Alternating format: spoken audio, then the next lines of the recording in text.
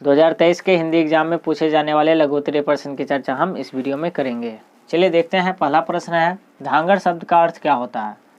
धांगड़ शब्द का अर्थ क्या होता है? तो ओराव भाषा में धांगड़ शब्द का अर्थ भारे का मजदूर होता है।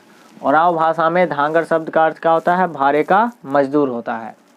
ये लोग दक्षिण बिहार के छोटा नागपुर पठार के रहने वाले थे। यानी धांगड़ लोग कहाँ के रहने वाले थे? तो दक्षिण बिहार के छोटा नागपुर पठार के रहने वाले थे। इन लोगों को अंग्रेजों ने नील की खेती के लिए चंपारण लाए थे। धांगड़ लोगों को अंग्रेजों ने नील की खेती के लिए चंपारण लाए थे। अगला प्रश्न है, लेखक और मालती के संबंध का परिचय पाठ के आधार पर दे। तो इसका आंसर है मालती और लेखक। मालती लेखक के दूर के रिश्ते की बहन थी। मालती जो थी वो लेखक के दूर के रिश्ते की क्या थी? बहन थी। लेकिन लेखक मालती को एक अच्छा दोस्त मानते थे।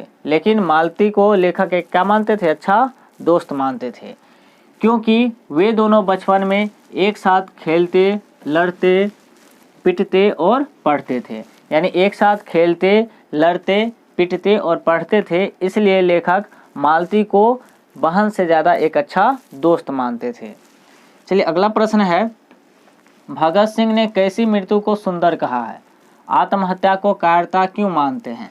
तो इसका सही आंसर है, भगत सिंह ने आज़ादी के लिए संघर्ष करते हुए मिलने वाली मृत्यु को सुंदर कहा है। यानी देश की आज़ादी के लिए संघर्ष करते हुए जो मृत्यु मिलता है उसी को क्या कहा है? सुंदर कहा है। क्योंकि यह मृत्यु आगे आने वाली पीढ़ी में आज़ादी के संघर्ष के लिए एक जुनून पैदा करेगी, एक अलग ही जुनून पैदा करेगी।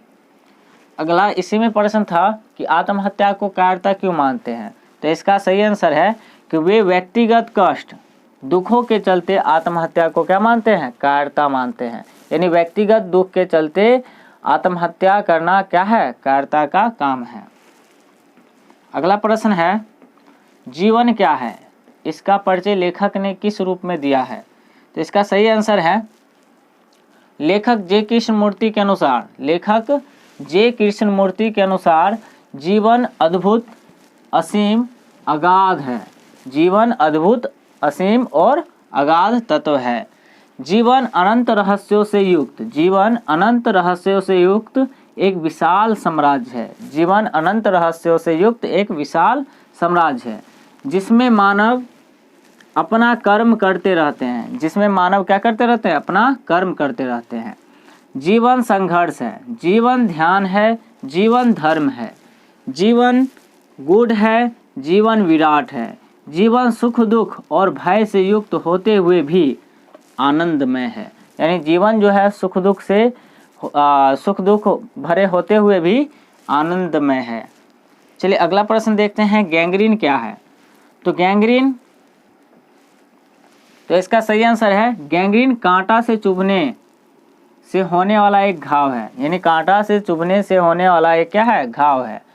कांटा चुभने के बाद बहुत दिनों तक छोड़ देने के बाद, यानी कांटा चुभ जाने के बाद बहुत दिनों तक उसे वैसे ही छोड़ देने के बाद जो है जख्म काफ़ी बढ़ जाता है, जिससे उस व्यक्ति के पांव काटने पड़ते हैं। यानी जख्म जब बढ़ जाता है तो घाव जो है विकराल रूप ले लेता है और उस स्थिति में उस व्यक्ति के पैर ही काटने पड़ते हैं। तो गैंग्रीन काफ़ी खतरनाक और भयानक रोग है। विद्यार्थियों को राजनीति में क्यों भाग लेना चाहिए? तो इसका सही आंसर है, भगत सिंह विद्यार्थी और राजनीति के माध्यम से बताते हैं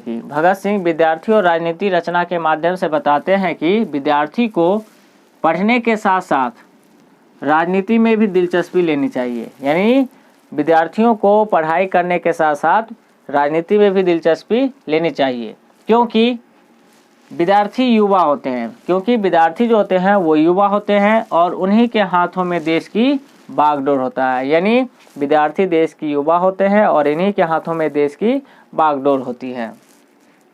अगला प्रश्न है, भगत सिंह को विद्यार्थी से क्या अपेक्षाएं हैं? तो भगत सिंह को विद्यार्थी से अपेक्षाएं हैं कि वे पागलों की तरह सारी उम्र वे पागलों की तरह सारी उम्र जो है देश की आज़ादी में अर्पित कर दे। यानी वे पागलों की तरह, यानी युवा लोग जो हैं, विद्यार्थी लोग जो हैं, वो देश की आज़ादी के लिए पागलों की तरह अपनी सारी उम्र क्या कर दे, अर्पित कर दे। क्योंकि हिंदुस्तान को इस समय ऐसे देश सेवकों की ज़रूरत है जो देश की आज़ादी के लिए अपनी जान निछावर कर दे। वर्तमान समय में देश को ऐसे नौजवानों की ज़रूरत है जो देश की आज़ादी के लिए अपनी जान निछावर कर दे।